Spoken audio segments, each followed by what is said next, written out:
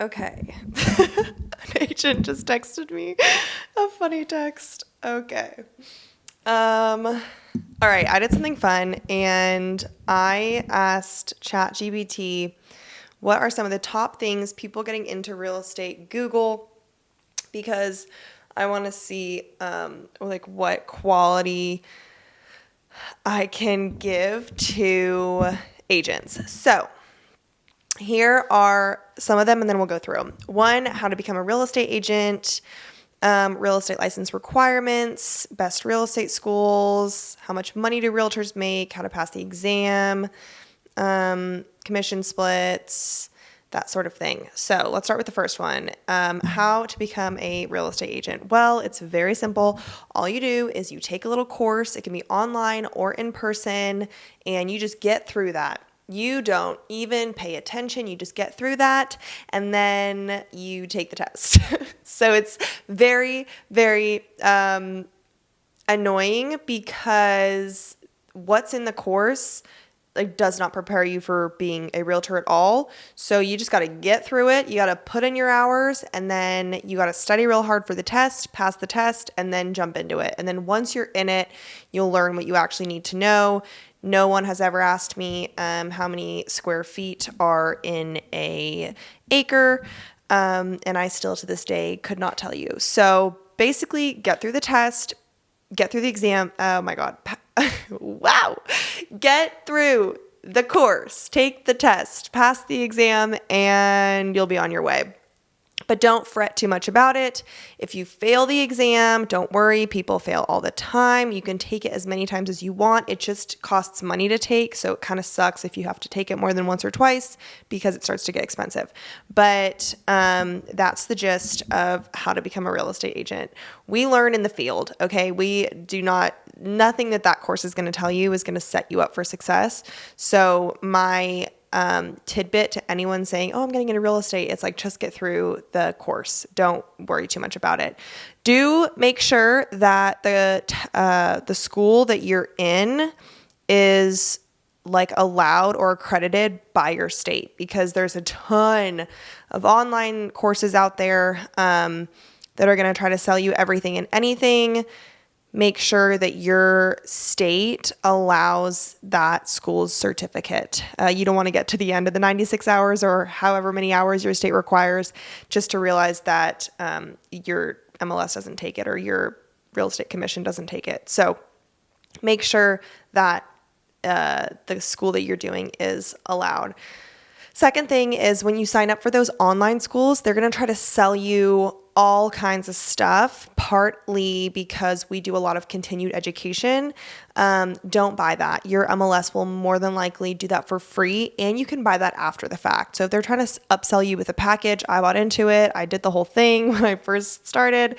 Don't buy the extra stuff. Just get your hours and move on with your life. So that is how to become a real estate agent. Okay, second one, license requirements. I'm not going to get too much into this. Basically, it's state by state. However many hours you need to do that many hours of your education. There are background checks. There are fees.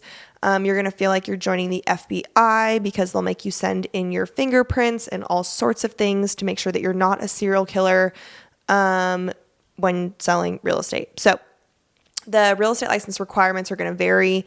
Your local MLS and your state like real estate commission will have this all outlined for you. So if you have questions, just call them and they should be able to point you in the right direction of what's everything that you're going to need. If you're talking to brokerages before you actually get your license, they should be able to help you as well. Okay. I like this one. How much money do real estate agents make? Okay. This is so silly because it varies so much. Like, you could sell one house a month, you could sell one house every 3 months, or you could sell 10 houses a month. So that total is going to vary not only state by state because of different like averages, but also because we're not getting paid a full percentage or a certain set percentage on every transaction. It's always going to vary a little bit. also, we'll get into this in a second, but depending on what your brokerage takes, that all goes into account.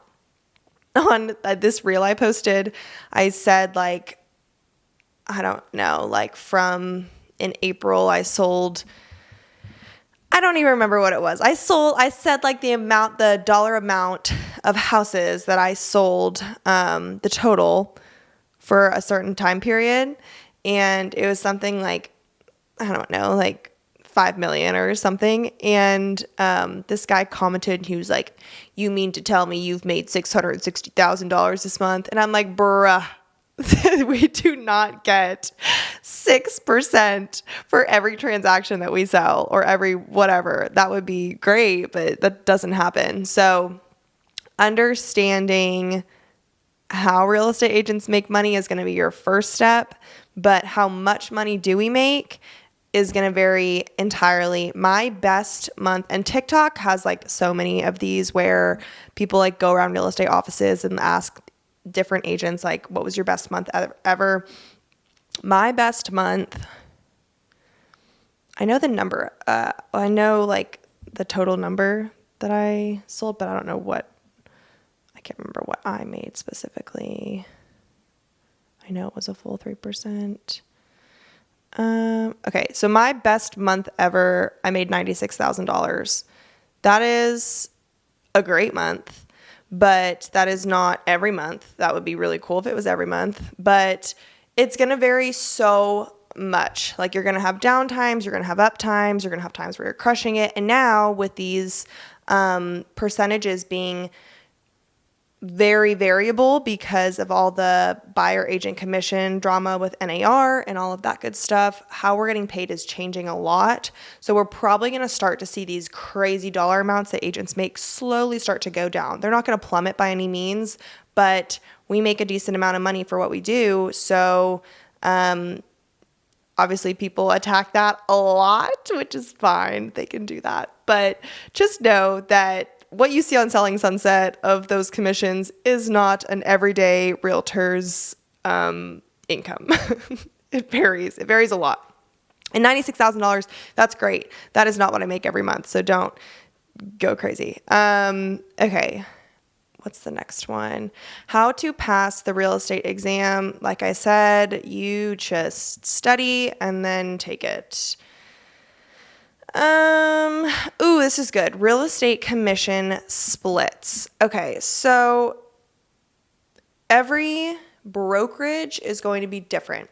Let's break this down. As an agent, you have to hang your license with a brokerage.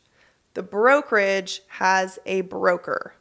You can't be a broker unless you've had your license for at least 2 years. Okay, so you have to hang your license with the brokerage. That brokerage has a broker. Now, they are going to take a percentage of your commissions up to a certain cap. Everyone does this a little bit differently, so stick with me here. Let's just say for this sake that this brokerage that you're going to hang your license with is on an 80-20 split and the cap is $15,000. This means that the brokerage is going to take 20% of your commissions up to $15,000, which means that you're going to pay them $15,000 over the course of a year in 20% increments per commission. Now, that's just an example. Brokerages are starting to do it all sorts of ways. So we have flat fee brokerages where you're paying one certain dollar amount, let's just say $10,000, and then you're moving on with your life and you get to keep 100% of your commissions after you strike that check. There are transaction-based brokerages where you're paying, let's say, $500 a transaction. There are brokerages that have all three options. So you can do whatever you want. Never feel like when you're interviewing brokerages that you are stuck in one particular setting, because surely you can find a brokerage who makes the most sense for you. Now, just because a brokerage is expensive does not mean that they're bad. It really comes down to what they're offering you as the agent to help you grow your business. If a brokerage is not helping you with branding, is not helping you with marketing, is not giving you leads, is not doing any education or continued education for you. They're not providing signs. Why are you paying them? Like, I will never understand that. If they're providing a lot of value to you, it makes sense to pay them. If they're not, get out of there. You don't need to be paying a ton of money to someone that's not helping you. There are some brokerages that are expensive, but that provide all of that to you. They do your marketing. They pay for signage. They have a transaction coordinator. I'm not going to say that they give you leads, because every single brokerage is going to promise that they're going to give you leads. And it's such a tired lie that I have been to multiple different brokerages. I've been with boutique. I've been with big box.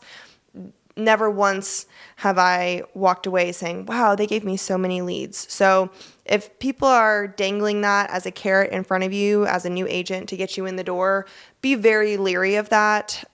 Talk to other agents in that brokerage. Say, hey, do they give you leads that actually close? Because getting a lead is one thing. Closing that lead is a whole other story. So just do your research. That's my bottom line, is do your research as a new agent. People are going to try to swindle you into all sorts of different things because they want your cap money.